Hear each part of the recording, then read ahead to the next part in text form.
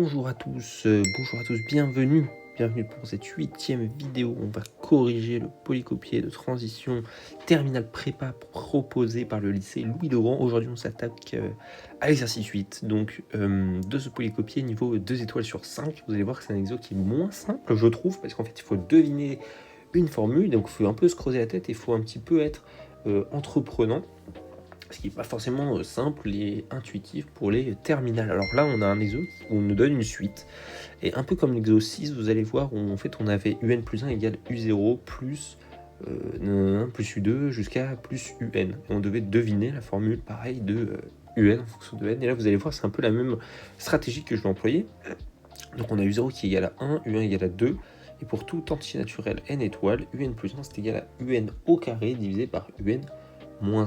Et on doit deviner une formule non un en fonction de. Ok, et ben là je vais pareil, comme l'exercice, je vais pas me casser la tête. Vous allez, quand il y a des trucs devinés, très souvent, enfin en tout cas, un truc qui marche tout le temps pour moi, enfin tout le temps, je vais pas vous garantir que ça marche tout le temps, mais en tout cas, calculer les premiers termes, c'est un truc qui doit être mécanique, ça va se faire tout de suite. Donc on va essayer de calculer les premiers termes, c'est parti. Voilà, donc je vais calculer les termes jusqu'à u4 pour voir si on trouve pas un pattern, un truc qu'on pourrait démontrer assez facilement, une expression qui serait assez logique en fonction de n. Vous allez voir, est-ce qu'on va trouver quelque chose? C'est la question. Alors pour calculer u2, c'est u1 plus 1, pardon. Donc c'est u1 au carré sur u1 moins 1, donc ça fait u1 au carré sur u0. Ça fait 4 sur 1, ça fait 4. Donc déjà notre premier terme, il fait 4. u3, pareil, hein, ça va être le terme d'avant au carré divisé par le terme encore d'avant, si j'utilise ma formule de récurrence. U2 c'était 4, donc ça fait 4 au carré divisé par U1 c'était 2, donc ça fait 16 sur 2, ça fait 8. Ok, bon, déjà on voit, alors c'est assez marrant parce qu'on voit un pattern qui est vraiment très proche de celui de l'exercice 6 il me semble. En fait là on a des puissances de 2. 1 c'est 2 puissance 0, vous le savez, 2 c'est 2 puissance 1, 4 c'est 2 puissance 2, 8 c'est 2 puissance 3, ok, bah c'est bénéf. On va calculer juste U4 pour le plaisir. U4 ça va être U3 au carré divisé par U2, suivant notre formule toujours. U3 au carré ça va être 8 au carré sur 2 ça va être 4, donc 8 au carré ça fait 64 divisé par 4, ça donne 16. Et ben, regardez encore une fois, hein. Là c'est 2 puissance 0, 2 puissance 1, 2 puissance 2, 2 puissance 3. Souvent les trucs avec les puissances, c'est les trucs qui reviennent souvent. Donc c'est pour ça que normalement, si vous voyez pas, ça va venir. Si vous voyez pas que ça c'est un pattern en puissance de 2, ça va venir. Et puis là, vous voyez, c'est déjà le deuxième exercice. On tombe sur des patterns comme ça.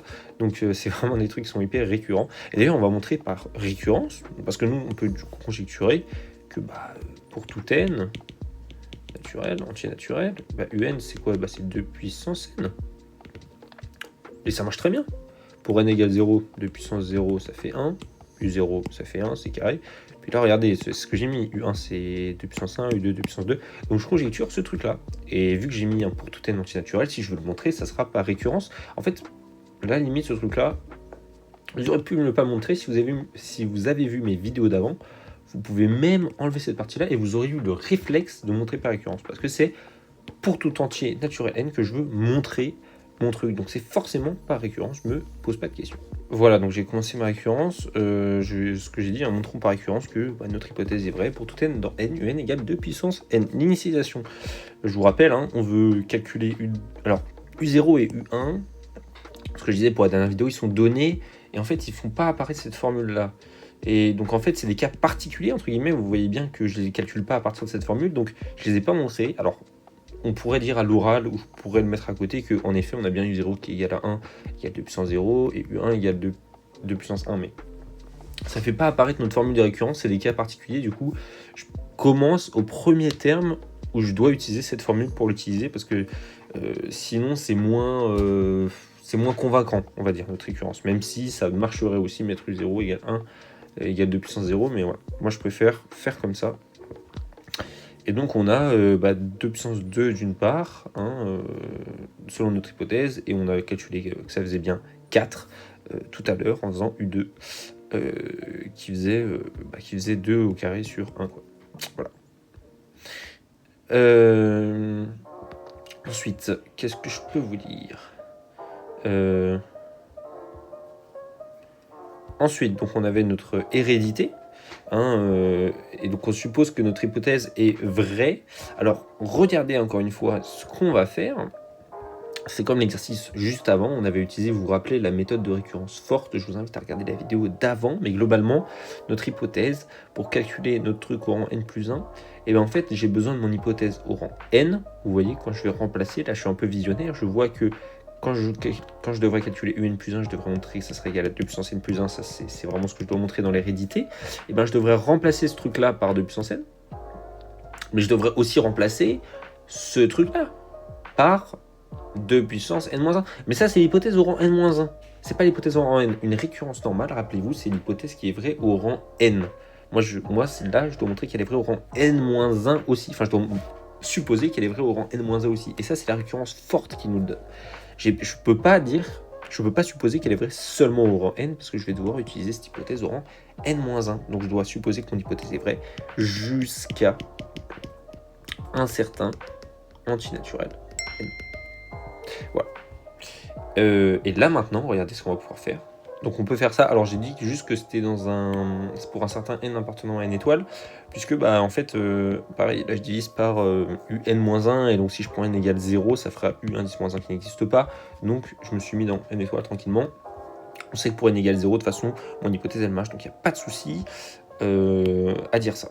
C'est juste le cas particulier toujours. Et donc là, mon hypothèse de récurrence me donne ça, et ensuite je vide les triples en mon expression, donc puissance de puissance au-dessus, regardez, normalement ça devient un petit mécanisme, je multiplie les puissances entre elles quand je fais des puissances de puissance, donc j'ai ça qui me revient, et puis ensuite, bah, 2 puissance A sur 2 puissance B, je n'ai jamais fait sur la chaîne, mais c'est 2 puissance A moins B, pour A et B on prend antinaturel, hein. Et donc là, bah, ce que je viens de calculer, c'est 2 puissance 2n moins n moins 1. Donc ça, c'est quoi? C'est 2 puissance 2n moins n plus 1.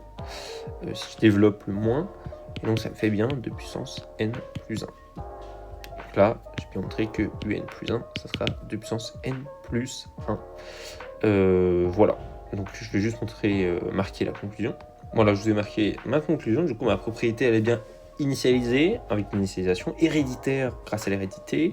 Donc je peux conclure bien que pour tout n dans n, un égale 2 puissance n. Alors, les choses à retenir de cet exercice d'abord, et comme l'exo-6, là ça marche encore mieux, parce que dans l'exo-6, il y avait plusieurs méthodes pour faire l'exo. Là, je pense que c'est vraiment un des trucs, le truc, si vous n'avez pas l'intuition, le plus naturel, quoi. On calcule les premiers termes, on voit le pattern. Là, c'est un pattern qui n'est pas trop dur. Vous allez voir après, il y a des patterns qui sont un peu plus durs à trouver. Celui-là, ça va, encore des puissances de 2. Donc dès que j'ai mon hypothèse, c'est bonheur, parce que là du coup je peux le démontrer par récurrence et c'est un truc qui se fait assez bien. Donc voilà, c'est globalement tout ce que j'avais à dire. Ensuite ici c'est vraiment la méthode que je vous ai montré les vidéos d'avant. Donc vraiment retenez, parce que là c'est vraiment le truc de je vide les traits par mon expression, je remplace les trucs, et là normalement ça roule tout seul. Si vous avez un peu de mal sur ça, regardez les premières vidéos, je vous conseille, de la chaîne que j'ai fait sur la récurrence, et que j'explique vraiment dans le détail comment ça marche, etc. Comment arriver à nos fins, si on galère, si on sait pas trop où aller. Et puis voilà, on trouve donc notre conclusion, et on est super content, on a montré ce qu'on voulait. Voilà, merci beaucoup d'avoir suivi cette vidéo, et à la prochaine.